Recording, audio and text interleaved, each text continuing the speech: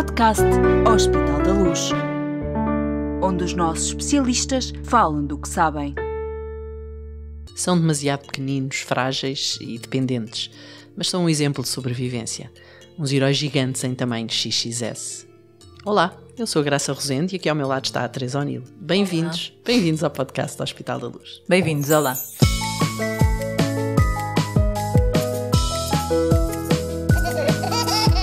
Bebê a caminho. Teresa, já alguma vez pegaste num bebê assim tão pequenino? Porque a ideia que temos dos prematuros é que são micro-bebés mesmo. Já peguei sim, Graça. A minha irmã mais nova nasceu com cerca de 31 semanas, sim. Pesava 1,2 kg e chegou a pesar 900 gramas. Era mesmo muito, muito pequenina. Meu Deus, pequenina. Bom, a experiência de ser mãe e pai de um recém-nascido prematuro costuma ser descrita como um misto de alegria, ansiedade, sofrimento. Talvez o pior mesmo até seja para os pais destes micro-bebés sair da maternidade sem o seu filho. É que ele tem mesmo de ficar dentro de uma incubadora, agarrado a fios e a tubos, num lugar cujo nome só por si assusta. Cuidados intensivos neonatais. A lutar pela vida, claro. Eu não consigo imaginar. Eu fui assistindo a isso com a minha irmã e foi realmente muito complicado. É avassalador. Um bebê é considerado prematuro quando nasce antes das 37 a 42 semanas de gravidez, que é o período normal de gestação. Mas ser prematuro, se calhar, não é apenas nascer antes do tempo, não é verdade, Dr. Gonçalo? Sim. Pronto, além desta questão do tempo, temos que pensar que este tempo era um tempo de maturação. Pronto, e, portanto, ao nascerem antes do tempo de gestação, considerado o tempo completo, também houve aqui alguma maturação que teve que ser encurtada. Embora o essencial dos órgãos já estejam formados, eles iriam ganhar tamanho e especialidade funcional no fim da gravidez. E, portanto, uma gravidez que termina, pelas variadas razões, antes do tempo, foi uma gravidez que deu menos tempo para este amadurecer. E, portanto, são bebés que não estão tão maturos ao nascer. Por outro lado, a preparação dos pais para terem o seu novo bebê também, de certa forma, fica encurtada. E, portanto, aquilo que nós teríamos como uma maternidade ou uma paternidade imaginada, não é depois a que acaba por acontecer, quando acontece 3, 4, 5, 6, 8 semanas antes do tempo. Muito bem, bom, já perceberam que temos connosco um especialista, o nosso especialista, Gonçalo Cassiano Santos, é médico neonatologista e dirige o Serviço de Neonatologia do Hospital da Luz de Lisboa. Claro, é o convidado especial deste episódio do podcast Bebê a Caminho. Bem-vindo, obrigada por ter aceito este convite. Lida com estes bebés prematuros, estes bebés pequeninos, quase há 20 anos, acertei? Acertou, sim. Parece... Quase ou mais? Mais de 20. Mais? Praticamente desde que acabei a especialidade de pediatria, porque a neonatologia depois é uma subespecialidade, que já me dediquei à neonatologia, portanto já deve dar uns 22 anos. Lembra-se do seu primeiro prematuro? O seu aqui, entre aspas, naturalmente. Pois, o primeiro não me lembro, mas lembro dos primeiros, lembro-me de uma com 500 gramas, ainda era mais pequenina aqui que a irmã da Teresa, e que foi um bebê que sobreviveu também. 500 gramas? Trigêmeos, os gêmeos não sobreviveram, mas essa sim, e pronto, acho que foi assim um bebê que me marcou muito e que me deu vontade de continuar a trabalhar com estes bebés. Muito bem, bom... Estamos num programa que fala de gravidez e parto. Imagino que a primeira pergunta que esteja a surgir na cabeça de todos os que nos ouvem e que já nos seguem no Bebê a Caminho, se calhar é esta. A prematuridade é algo que se prevê durante a gravidez? Olha, nem sempre. A maior parte da prematuridade não tem uma causa sempre identificável, embora haja muitas causas associadas com a prematuridade. Desde logo fatores maternos, mães mais jovens, mães menos jovens têm mais tendência a ter a prematuridade, ou que os bebés nasçam prematuramente. Depois, certas patologias da mãe, mães que fazem tensão alta, que fazem diabetes, que tenham certas condições uterinas que não facilitem o decorrer de uma gravidez normal, têm mais tendência a ter bebés prematuros. Depois, os bebés gêmeos têm mais tendência a ser prematuros. Okay. Fatores do próprio bebê, às vezes quando o bebê não está a crescer adequadamente, ou porque a placenta não está a ser o meio ideal para o seu crescimento, ou porque o próprio bebê por alguma condição não está a crescer, acaba por ter que se optar por fazer nascer esse bebê antes do tempo, que esse atraso de crescimento seja deletério para o próprio bebê. Okay. Portanto, há vários fatores implicados. Portanto, o parto prematuro ou pode ser provocado por condições objetivas, clínicas, ou pode ser espontâneo, de facto. Exatamente, é exatamente essa classificação que nós damos. Ou pode ser provocado por condições maternas ou do bebê, ou pode ser uma prematuridade espontânea, uma mãe que espontaneamente entra em trabalho de parto antes do tempo completo, muitas vezes também sem saber a causa, ou porque teve uma infecção, ou porque tem uma incompetência do seu colo uterino. Pronto, tudo são fatores de prematuridade, digamos que espontânea. Tem vindo a aumentar o número de bebés prematuros, então? Sim, e isso é interessante pensar que isso acontece mais ou menos em todos os contextos geográficos, portanto, quer nos contextos sociedades ocidentais, ou digamos com uma medicina mais favorecida, como em contextos de medicina menos favorecida, porque justamente as causas são tantas que tanto num contexto como noutro têm vindo a aumentar. Digamos que no contexto de uma medicina mais favorecida, a idade materna tem avançado, o futuro reprodutivo de mulheres que têm problemas de saúde tem vindo a ser mais possível, a taxa de gemelaridade também é significativa, portanto, mesmo, por exemplo, em Portugal, a taxa de prematuridade tem vindo a aumentar. Estima-se que esteja por volta de uns 8% de qualquer idade, qualquer prematuridade, e a nível mundial estará qualquer coisa entre 5% e 20%, embora, claro, as estatísticas e os dados de saúde mundiais nem sempre estão bem compilados. Sim. Prevenir um parto prematuro é, na verdade, manter uma gravidez saudável. Pronto, dentro das condições específicas de cada mulher, de cada... Diria sim, eu, não? Parece que andamos numa às voltas, sim, mas sim, quer dizer, é quase como dizer... Só para eliminarmos estas perguntas todas. Sim.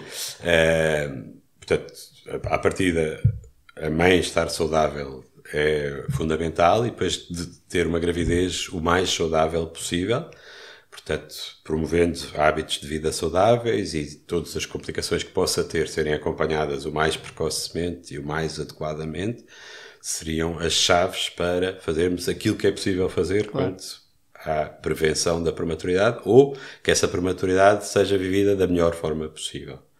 Ok. O parto prematuro é sempre cesariana? Tem de ser sempre cesariana? Não necessariamente. Pode ser cesariana quando ela é decidida por uma causa fetal ou uma causa materna, sem haver propriamente trabalho de parto ou evolução para trabalho de parto espontâneo. Pronto, mas também pode ser por via vaginal, se entretanto está em início de trabalho de parto, ou há condições, e pode isso até ser protetor de certa forma para o bebê. Portanto, não é necessário que aconteça por cesariana.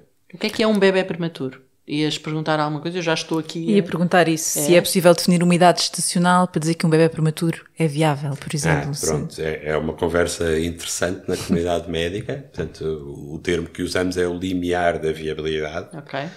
E esse limiar tem que ser enquadrado culturalmente e em termos de contexto sociogeográfico, não é? Pronto. Portanto, aquilo que é aceito como um limiar de viabilidade, por exemplo, em Portugal, não é necessariamente transportável para uma realidade africana, não é? Portanto, tem a ver com a idade na qual é provável e possível a sobrevivência de um bebê, tanto quanto possível, com o mínimo de sequelas possível. Cá em Portugal existe um amplo debate entre as pessoas dedicadas à neonatologia, médicos, enfermeiros, obstetras dedicados ao seguimento de grávidas em risco de prematuridade, e temos mais ou menos como aceito que as 24 semanas de gestação, portanto, grosso modo o equivalente a 6 meses, são o limiar da viabilidade, o que não quer dizer que episodicamente não haja sobrevivência e não haja relatos de bebés que sobreviveram até com menos, e também não quer dizer que todos os bebés que nascem com 24 semanas sejam... Essa bebé que falou no princípio tinha 24 tinha mesmo dias. 24. Pronto. Transportando isto, por exemplo, para a África, é muito pouco provável que sobreviva, ou pelo menos em alguns países africanos, aqueles que eu tenho mais contacto, sobreviva muito antes das 28 semanas. Pronto, tem a ver com contextos diferentes. Noutros países, por exemplo, no Japão ou nos Estados Unidos, onde eu também passei uma vez num estágio, eles já falam em sobrevivência a partir das 23 semanas. Ok. E tem até um registro de todos os bebés que ajudaram. Mas estaremos por volta dos 6 meses, 24 semanas. Pronto. Então, e quais são as características do que é um bebé prematuro? Enfim, estou a pensar que numa futura mãe que alguém, até o médico já lhe disse que provavelmente o bebé vai ter que nascer antes do período de gestação normal, não é? Pois. Eu acho que convém a gente aqui estratificar um bocadinho Okay. aquilo que a gente chama a prematuridade mais extrema, que diz respeito exatamente a estes bebés que estão no limiar da viabilidade e que, com o contexto de uma medicina mais protegida, poderão sobreviver. E aí estamos a falar de abaixo das 28 semanas. Pronto. Um peso na prematuridade menor e muito mais complicações. Depois, entre as 28 e as 34 semanas, falamos daquilo que é a prematuridade intermédia. No contexto português, são bebés com grande probabilidade de sobrevivência e que precisarão de ficar um tempo internados. E depois, o maior peso da prematuridade é aquela que nós chamamos a prematuridade tardia.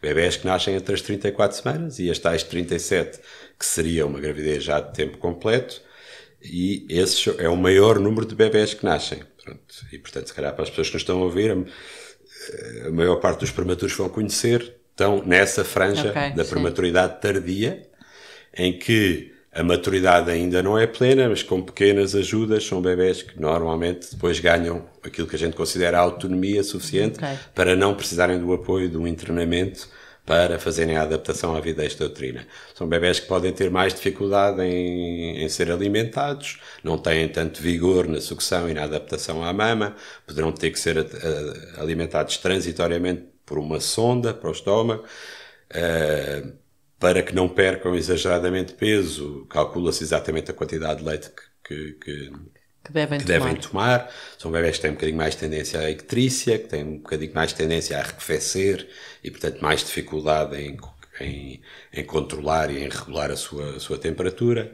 Pronto, e são problemas, digamos, mais benignos e mais facilmente ultrapassáveis. Os bebés mais extremamente prematuros são mesmo muito pequeninos. São aqueles bebés que nos cabem na palma da mão, e que mesmo assim a palma da mão parece grande, não é? E esses são bebés que precisam de muita intervenção, de muitos cuidados intensivos. Pois, quando fala de maturidade, quer dizer que as coisas ainda não estão compostas lá dentro, não é? Portanto... Graça, eu acho que compostas até estão. Pronto, compostas à sua maneira, mas não estão, finalizadas. Exatamente, não estão com a maturidade que permita uma adaptação a um meio que não o útero, não é? Porque o meio ideal durante estas 37 semanas é o útero da mãe. Não há nada que o imite, não há nada que o substitua. Há coisas que tentam imitar, que são as incubadoras. Exato. Não há nenhuma máquina 3D que faça não há. Pronto. E qual é o papel das incubadoras, então? Pronto, é exatamente o que nós conseguimos até agora, em termos de conhecimento científico, mais próximo. Arranjar mais parecido com o útero da mãe, não sendo nada parecido. Mas não há fios, se calhar há fios no útero da mãe. Basicamente, o incubador é uma caixa onde nós regulamos a temperatura, se quisermos a umidade, se quisermos todos os estímulos a que o bebê está sujeito, e portanto ela isola o bebê um bocadinho de excesso de estimulação luminosa, auditiva, sensorial, e ao mesmo tempo temos este ambiente térmico, regulado, protetivo. Também é um ambiente onde é possível monitorizar o bebê naquilo que são as suas respostas, os seus sinais vitais e as suas respostas de adaptação ao meio extrauterino, a frequência cardíaca, como é que está a respirar, se está a oxigenar bem, pronto. E permite todos os tratamentos que o bebê possa precisar, portanto, administração de medicação, suporte ventilatório se ele não estiver a respirar autonomamente sozinho, pronto. Isso é tudo isso que é o que a incubadora faz. Por regra, não, imagino eu, não sei, há tempo para um bebê que nasce nestas condições de fazer, por exemplo, contacto pele com pele com a mãe, porque, enfim, o bebê depois vai para dentro da incubadora, os pais têm um filho dentro de uma caixa, e como é que se toca, e como é que que deixá-lo lá, deve ser, chegar a casa sozinhos não deve ser fácil. Como é que se diz aos pais e como é que se lida com os pais nestas situações? Olha, eu acho que essencialmente com sensibilidade, como em tudo, acho eu, nestes foros um bocadinho mais feridos, não é? Mas sobretudo com sensibilidade, percebendo que há ali uma realidade que temos que apoiar, mas que estamos a apoiar todos trabalhando no mesmo sentido, não é? Pais, bebê, equipa de saúde, todos estamos a trabalhar no sentido do melhor estado de saúde para aquele bebê, de autonomizá-lo e de autonomizar aquela família, a ponto dos cuidados serem possíveis de prestar sem intervenção de pessoal médico. Pronto. Separando aqui, portanto, a incubadora de facto constitui aqui uma barreira, mas temos que pensar também, constitui um ninho. Não é? Nomeadamente dentro da incubadora, todas as medidas são no sentido de promover o maior conforto possível, desde o posicionamento do bebê, aos materiais que tocam no bebê, tudo está no sentido de fornecer um ninho, de fornecer conforto. O contacto pele a pele, assim que haja estabilidade clínica, é o mais promovido possível. Isso para nós é quase uma incubadora natural. Não é? Eu imagino que para um pai, para uma mãe, que imediatamente quer pegar e ao mesmo tempo deve ter medo porque é tão pequenino e tão frágil e isto... Sim. São mesmo assim tão frágeis? Não... São. Graças são, o que não quer dizer que essa fragilidade não seja, apesar de tudo, enquadrável na vontade de dar carinho e de transmitir amor dos pais.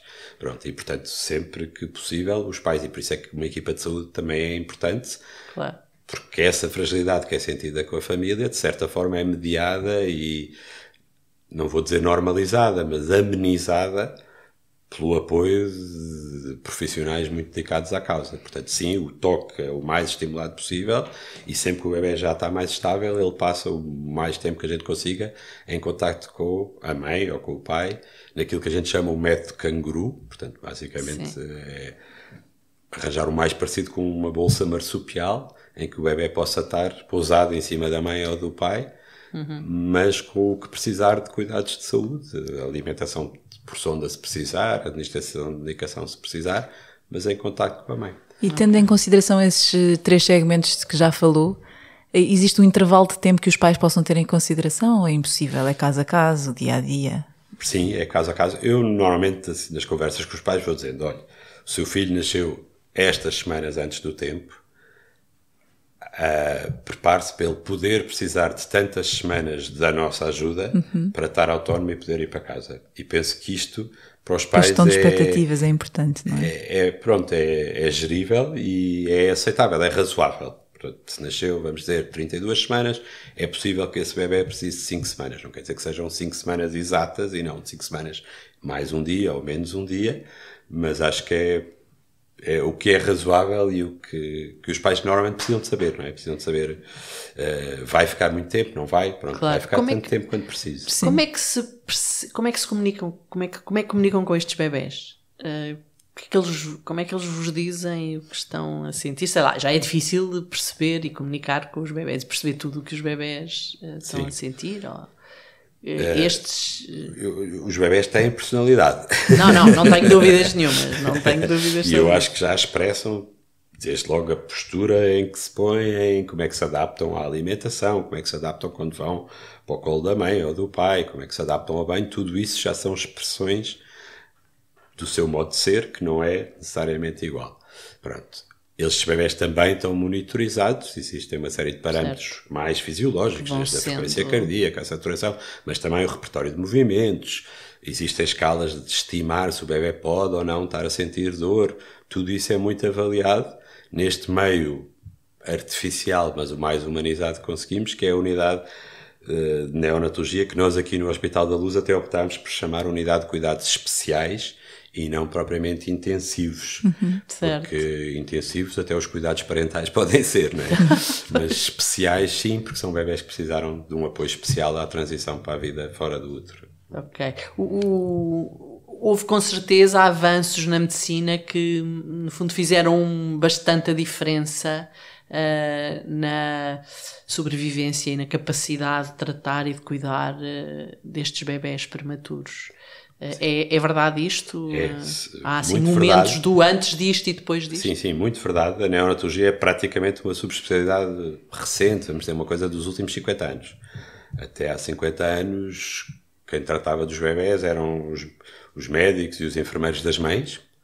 E há em muitas histórias dos bebés que eram recebidos em caixas de sapatos e em caixinhas com algodão, etc. Portanto, a neonatologia é um capítulo diferente. Houve grandes marcos, desde logo as incubadoras e a possibilidade de controlar o ambiente no qual o bebê se adaptava a vir cá para fora, sem tanta perda de peso, sem tanta hiperestimulação sensorial. Depois caminhou-se muito no sentido da respiração, sobretudo dos bebés mais pré-termos, ser assistida a ponto destes bebés conseguirem, com apoio de suporte ventilatório, terem uma adaptação respiratória, porque das coisas que está mais imatura nos bebés que nascem muito prematuros é o aparelho respiratório, e nomeadamente a introdução de uma coisa que é o surfactante, que é uma substância que se administra nos primeiros dias aos bebés mais imaturos do ponto de vista pulmonar. Isso fez toda a diferença do ponto de vista da sobrevida. E depois, eu acho que nos últimos anos, e tem sido interessante para mim nestes 20 anos de profissão, tem-se caminhado no sentido, não tanto de ser muito interventivo, mas das intervenções serem o mais fisiológicas possível, a ponto do que interessa hoje em dia não é a sobrevida a qualquer preço, mas uma sobrevida o mais intacta possível de sequelas a médio e longo prazo. E, portanto, todas as abordagens hoje em dia são muito mais sensíveis no sentido de se tentar procurar aquilo que possa ser mais fisiológico, mais adaptativo, mais suave, menos disruptivo, desde a ventilação, que já não é tão pesada e tão agressiva, e é muito mais aproveitando aquilo que o bebê consiga fazer no estado de maturidade que tiver, até às intervenções serem combinadas de maneira a ser o menos disruptivo possível em relação ao descanso, privilegiar muito o descanso, o conforto do bebê, incluir os pais e a família na prestação dos cuidados, porque isso se revela muito mais fisiológico, muito menos doloroso, muito menos disruptivo. Portanto, é muito interessante ver caminharmos nesse sentido de, no fundo, ir à procura da natureza naquilo que a natureza foi interrompida. Sim, é um mito urbano, ou é verdade, dizer que bebés prematuros vão ser crianças, adultos ou jovens com possibilidade de ter mais problemas do que alguém que nasce no tempo normal. Quanto mais prematuro, mais a probabilidade de haver sequelas da prematuridade. Pronto, isso é evidente. Os bebés mais imaturos, que nascem, vamos dizer, das 24 semanas... Precisam de ser mais vigiados ao longo Sim, normalmente são acompanhados pelo menos até à idade escolar. Pronto, porque as sequelas da prematuridade podem se manifestar ali logo. Bom, podem se manifestar ainda durante o internamento, mas também se podem manifestar nos primeiros tempos em casa. São bebés talvez com mais tendência às infecções, talvez com uma capacidade respiratória um bocadinho mais comprometida, podem ser bebés com problemas sensoriais, na visão, pronto. Normalmente fugiam-se até a idade escolar. Mas estes, os extremos, prematuros. Pelo neonatologista? Normalmente por um pediatra especialmente dedicado. Okay. Pode ser um neonatologista, pode ser um pediatra mais dedicado ao acompanhamento e ao follow-up. Pronto. Os bebés menos prematuros têm menos tendência, a possibilidade existe sempre, mas quanto mais próximo do termo, menos provável que esses bebés tenham... Okay. E esses são a maioria, na verdade? E esses são a grande maioria. Mais de 80% vão cair na franja da prematuridade tardia. Teresa, tens ainda alguma dúvida? Porque eu queria agora fazer uma pergunta sobre o Hospital da Luz de Lisboa. Avança, Graça. Porque já falou do nosso serviço, dos cuidados especiais. O que é que nós temos aqui para oferecer, enfim, a estes bebés, a estas mães e pais? Olha, temos sobretudo uma equipa experiente, dedicada e motivada. Portanto, temos um conjunto de médicos e enfermeiros dedicados ao cuidado destes bebés. E temos um espaço físico próprio, que é a Unidade de Cuidados Especiais, que tem capacidade de tratar as complicações a maior parte das complicações da prematuridade. Portanto, temos possibilidade, temos incubadoras, temos suporte ventilatório para os bebés que o precisarem, e temos a maior parte daquilo que é usado em bebés prematuros, seja soro, seja alimentação parentérica, seja o tal surfactante que falámos há bocado. Portanto, temos a capacidade técnica e temos uma equipa dedicada. E muito querida. Eu acho. Acho que sim. Sim. E por isso temos tido, embora no Hospital... Temos limitações também. Pois, a maior parte dos prematuros que nós tratamos caem mais nesta franja da prematuridade tardia, a grande maior parte dos que temos a capacidade técnica de tratar tanto estes como os da prematuridade intermédia. Muito bem. Eu não posso, já falou dessa bebé de 500 gramas, mas eu não queria que fechássemos esta conversa sem nos contar a história do que mais o emocionou, que mais o marcou nestes 20 anos de relação com prematuros? Sim. Eu acho que pego nessa história mesmo, porque era uma gestação trigemelar de uma mãe que tinha recorrido a tratamentos para conseguir engravidar e que já tinha uma idade mais avançada e que não teria, se calhar, muitas outras oportunidades de fazer outros tratamentos. E com essa gravidez trigemelar, aproximando-se aquilo que seria o limiar da viabilidade, os gêmeos começaram a dar sinais de não estarem tão bem e começaram mesmo a falecer. E, portanto, dos trigêmeos, só uma é que ultrapassou as 24 semanas e que veio a nascer com vida. E, portanto, aquela bebé significava tudo no mundo, não é? Significava tudo no mundo para aquela família, significava tudo no mundo para aquele conjunto de trigêmeos do qual ela era a sobrevivente honrosa, e significava tudo no mundo para a equipa que de alguma forma via ali a última hipótese. Pronto, e foi um gosto. E acompanhou sempre desde o princípio, desde que nasceu? Sim, calhou dela precisar estar internada 5 meses, ter inúmeras complicações, portanto, realmente um desafio. Devo dizer que às vezes a gente ia para casa e não sabia se no dia a seguir a ia encontrar viva, não é? Pronto, mas felizmente. Como é que ela se chama? Cláudia. Quantos anos tem? Ela hoje em dia já tem 17 anos. Incrível, muito bom, muito bom. Mas pronto, foi muito desafiante. Mas histórias destas há imensas e também há de bebés que não foram tanto no limite, não é? Mas eu acho que cada situação, no fundo, no momento em que se está a viver, é um desafio enorme, não é? Mesmo que não seja comparável, porque não são comparáveis, não é? Cada realidade não é comparável às outras. Portanto, bebés que se calhar não precisaram de tantas coisas, para os pais foi um momento tão importante e tão significativo que esse arranque da vida, de facto, fez toda a diferença para aquela família, para aquele miúdo, e portanto é muito importante a intervenção.